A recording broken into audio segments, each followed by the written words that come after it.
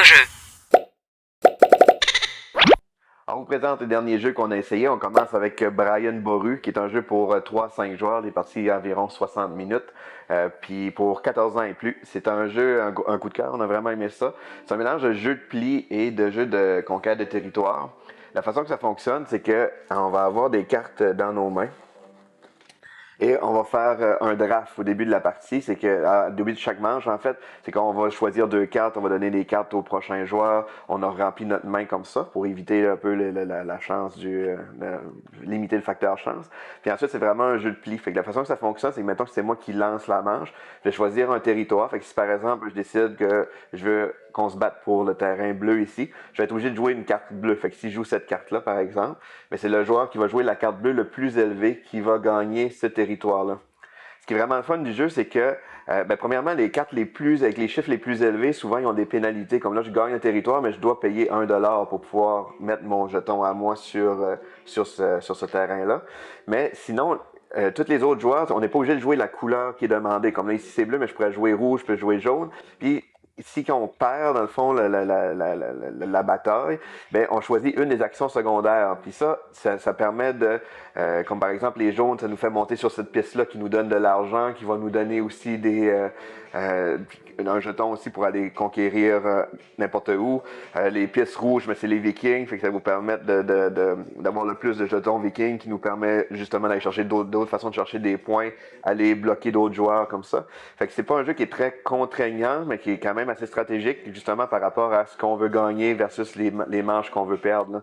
Fait que c'est vraiment, vraiment le fun. Là.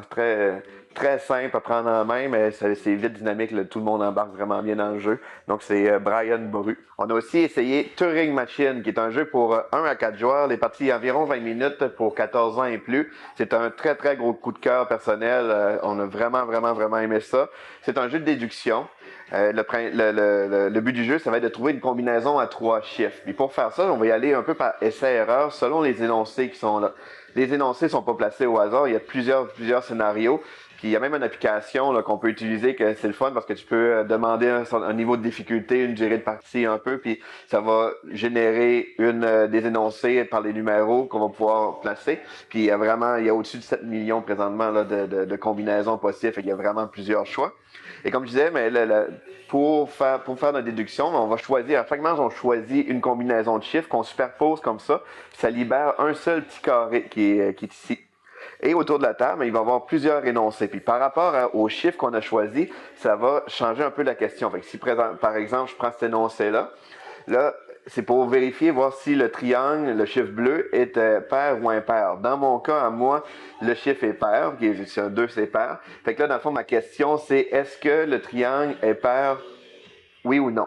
Fait que là, on va regarder avec le petit carton qui vient avec. On le met en dessous. Fait que là, je sais, vu que j'ai un X rouge, fait que je sais que c'est pas pair. Ça fait qu'il va être vraiment impair.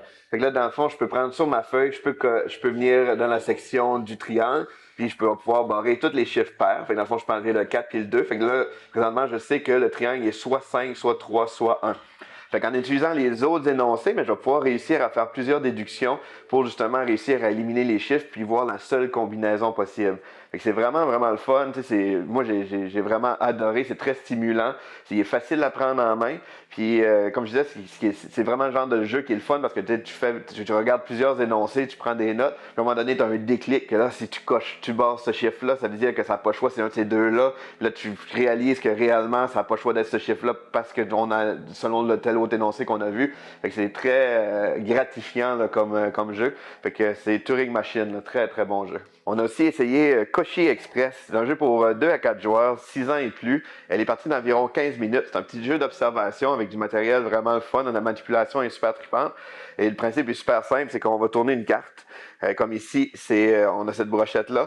Fait que tous les joueurs en simultané vont essayer de faire la brochette le plus rapidement possible. Fait que là, on a même des petits fromages comme ça. Fait que là, on se dépêche, on rentre le carré, comme ça. On va rentrer de même. On voit que dans une partie normale, ce serait très probablement pas moi qui gagnerais. Mais ça donne comme ça. Fait que du moment qu'on réussit à le faire, on le met dans l'assiette et on crie bon appétit. Puis c'est le premier joueur qui réussit qui va remporter la carte. Puis après ça, on passe plusieurs cartes comme ça. Fait que c'est super le fun pour la manipulation. Il y a des jeux intéressants là, c'est par rapport justement là, au bacon et au fromage, dépendamment comment qu'on les place. Il y a quand même un genre de petit casse-tête là, d'optimisation. C'est super simple, mais c'est le fun. C'est dynamique. Là, on finit la partie puis on est quasiment épuisé. Là. Fait que c'est Kushi Express. L'île au jeu.